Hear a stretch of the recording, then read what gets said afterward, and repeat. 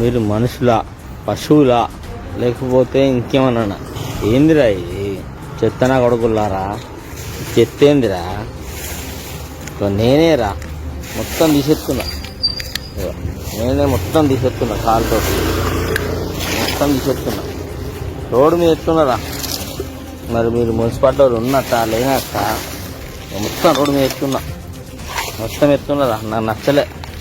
నా జెండా గద్ద కాడ వేసిర్రా మీరంతా చెత్త. నాకు నచ్చలే. ఇక మొత్తం రోడ్డు మీద ఎత్తున్నా, కావాలని ఎత్తున్నా కాదు. నా జెండాను నేను గౌరవిస్తున్నా.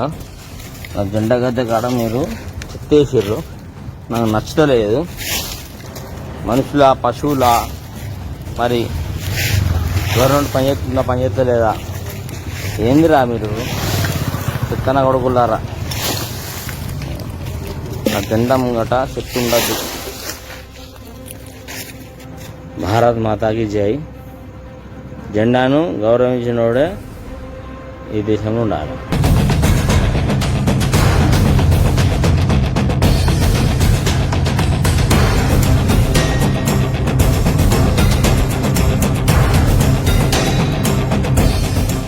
కరీంనగర్ స్మార్ట్ సిటీ జాబితాలో చోటు సంపాదించి ఏళ్లు గడుస్తున్నప్పటికీ కూడా అధికారుల తీరు మాత్రం ఎక్కడ వేసిన గొంగలి అక్కడే అన్న చందంగా మారింది. అయితే పాత బజార్, కరీంనగర్ నగరం మొదలయ్యింది ఈ పాత బజార్ ప్రాంతం నుంచి. అంటే కరీంనగర్ పట్టణానికి సంబంధించి ఈ పాత బజార్ ప్రాంతము మొదట ఒక వీధిగా గుర్తింపు పొందింది. అంటే ఇక్కడి నుంచే కూడా కరీంనగర్ నగరం అంతా కూడా విస్తరించింది అని చెప్పవచ్చు.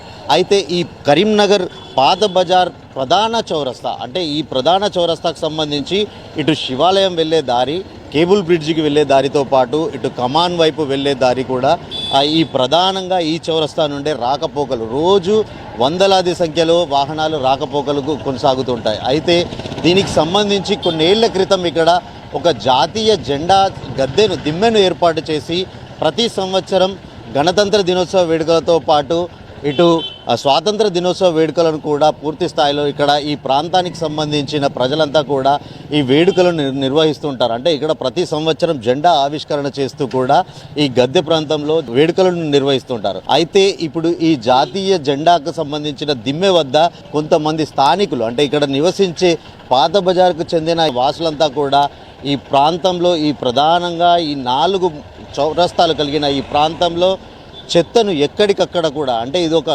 ఒక డస్ట్బిన్గా కూడా, జాతీయ గద్దె వద్ద ఒక డస్ట్బిన్ను తలపించే మాదిరిగా కూడా ఇక్కడ ఈ ప్రాంతంలో చెత్తనంతా కూడా పారవేస్తూ ప్రత్యక్షంగా మనం ప్రస్తుతం చూడొచ్చు, విజువల్స్లో చూడొచ్చు.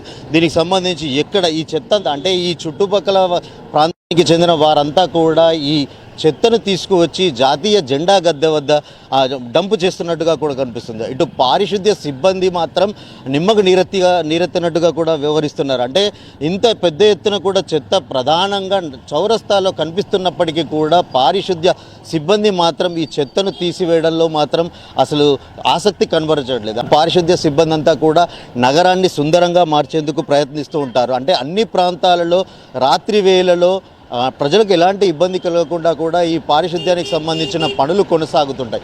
కానీ ఈ పాత బజార్ చౌరస్తా వద్ద మాత్రం గత కొన్ని నెలలుగా కూడా ఈ చెత్తంతా కూడా పేరుకుపోయి కనిపిస్తుంది.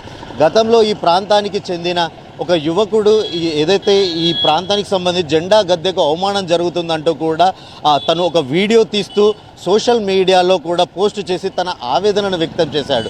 అంటే అసలు మనం ఎక్కడ నివసిస్తున్నాము, ఎలాంటి పరిస్థితుల్లో నివసిస్తున్నాము, కానీ ఇక్కడ ఈ ప్రాంతంలో జాతీయ జెండాకు అవమానం కలుగుతోంది, ఆ స్థానికులు స్పందించాలంటూ కూడా ఆ యువకుడు ఒక సోషల్ మీడియాలో పోస్టును చేసిన ఘటన చోటు చేసుకుంది. ప్రస్తుతం మనతో పాటు ఆ యువకుడు ఉన్నారు, వారితో మాట్లాడదాం. చెప్పండి చందు గారు, మీరు అంటే ఈ ప్రాంతంలో ఈ చెత్త ఎప్పటి నుంచి కనిపిస్తుంది? మీరు మీ వంతుగా కూడా సోషల్ మీడియాలో ఒక పోస్ట్ చేయడం జరిగింది. మీరు ఒక ఆవేదన వ్యక్తం చేసుకుంటూ ఈ ప్రాంతంలో చెత్త, అంటే జాతీయ జెండాకు అవమానం కలుగుతుందంటూ కూడా మీ ఆవేదన అంతా కూడా వీడియోలో కనబడుతుంది. మీరు స్వయంగా చెత్తను అక్కడి నుంచి తరలించినప్పటికీ కూడా మళ్ళీ అదే తరహాలో కూడా చెత్త ఇక్కడ పేరుకుపోయి కనిపిస్తుంది. ఎందుకని ఈ సమస్య ఇక్కడ నెలకొందని చూడండి. ఇది గత 40 సంవత్సరాల నుండి మనం ఇక్కడ స్వాతంత్ర దినోత్సవం, గణతంత్ర దినోత్సవం జరుపుకుంటున్నాము. దీనికోసము ఎవరి దగ్గర కూడా ఎటువంటి రకంగా కూడా మనము చందాలు చేయడం కానీ అలాంటివి మాత్రం ఎట్లాంటిది చేయడం లేదు. కానీ ఎవ్వరు కూడా దీని గురించి ఆలోచించకుండా మరి ఇక్కడ చెత్త వేయచ్చా వేయకూడదా అనే ఒక చిన్న ప్రతి ఒక్క మనిషికి ఆ చిన్న ఒక ఆలోచన కూడా లేకుండా చెత్త తీసుకురావడము ఇక్కడ వేయడము. ఆల్రెడీ ఒక చెత్త ఆటోలు నడుస్తున్నాయి, చెత్త రిక్షాలు నడుస్తున్నాయి, అయినా కానీ ఇళ్లలో ఉన్న చెత్త తీసుకొచ్చి ఈ చౌరస్తా దగ్గర మాత్రమే వేస్తున్నారు. ఇంకా ఇక్కడ ఒకటి మన చిన్న హనుమాన్ దేవస్థానం కూడా ఉంది. ఆ చిన్న హనుమాన్ దేవస్థానానికి ఈ జెండాకు కొద్ది దూరం మాత్రమే ఉంది. ఈ చెత్త కూడా సరిగ్గా చూస్తే గుడి ముంగడ వేసినట్టే కనిపిస్తుంది. ప్లస్ ఈ చౌరస్తా దగ్గర కూడా వేస్తున్నారు. ఇది కావాలని చేస్తున్నారా లేకపోతే ఒకవేళ వాళ్ళు చేయాలని చేస్తున్నారా ఇట్లాంటిది మాత్రం నాకు కూడా అర్థం కాలేదు. ఇది చాలా వరకు బాధాకరమైన విషయం. అంటే ఈ చెత్తను చూస్తుంటే ఇది ఈ రోజుదో నిన్నటిదో కాదు, దాదాపుగా నెలల తరబడి కూడా ఇక్కడ చెత్తను వేసినట్టుగా కూడా స్పష్టంగా కనిపిస్తుంది. అంటే మీరు ఈ విషయాన్ని మీ అంటే అధికారుల దృష్టికి తీసుకెళ్లడం కానీ ఇటు కార్పొరేటర్ దృష్టికి తీసుకెళ్లడం కానీ ఏమైనా జరిగిందా? కేవలం సోషల్ మీడియాలో మీ ఆవేదన వ్యక్తం చేశారా?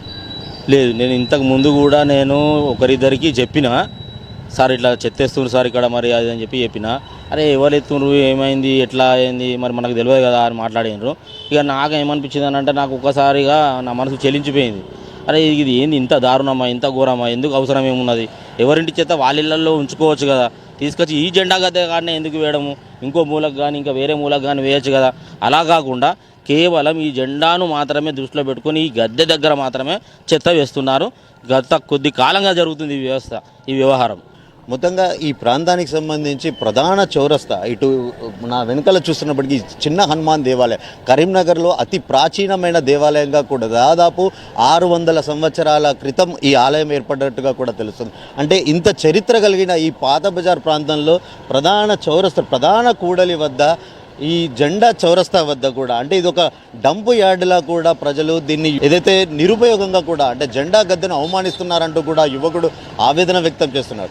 ఇప్పటికైనా అధికారులు స్పందించి ఇక్కడి నుంచి ఈ చెత్తను తొలగించి భవిష్యత్తులో మళ్ళీ ఇలాంటి పరిణామాలు చోటు చేసుకోకుండా తగు జాగ్రత్త తీసుకోవాలంటూ కూడా ఆవేదన వ్యక్తం చేస్తున్నారు. కెమెరా పర్సన్ శ్రవంత్, శ్రీకాంత్, శ్వేత టీవీ, కరీంనగర్.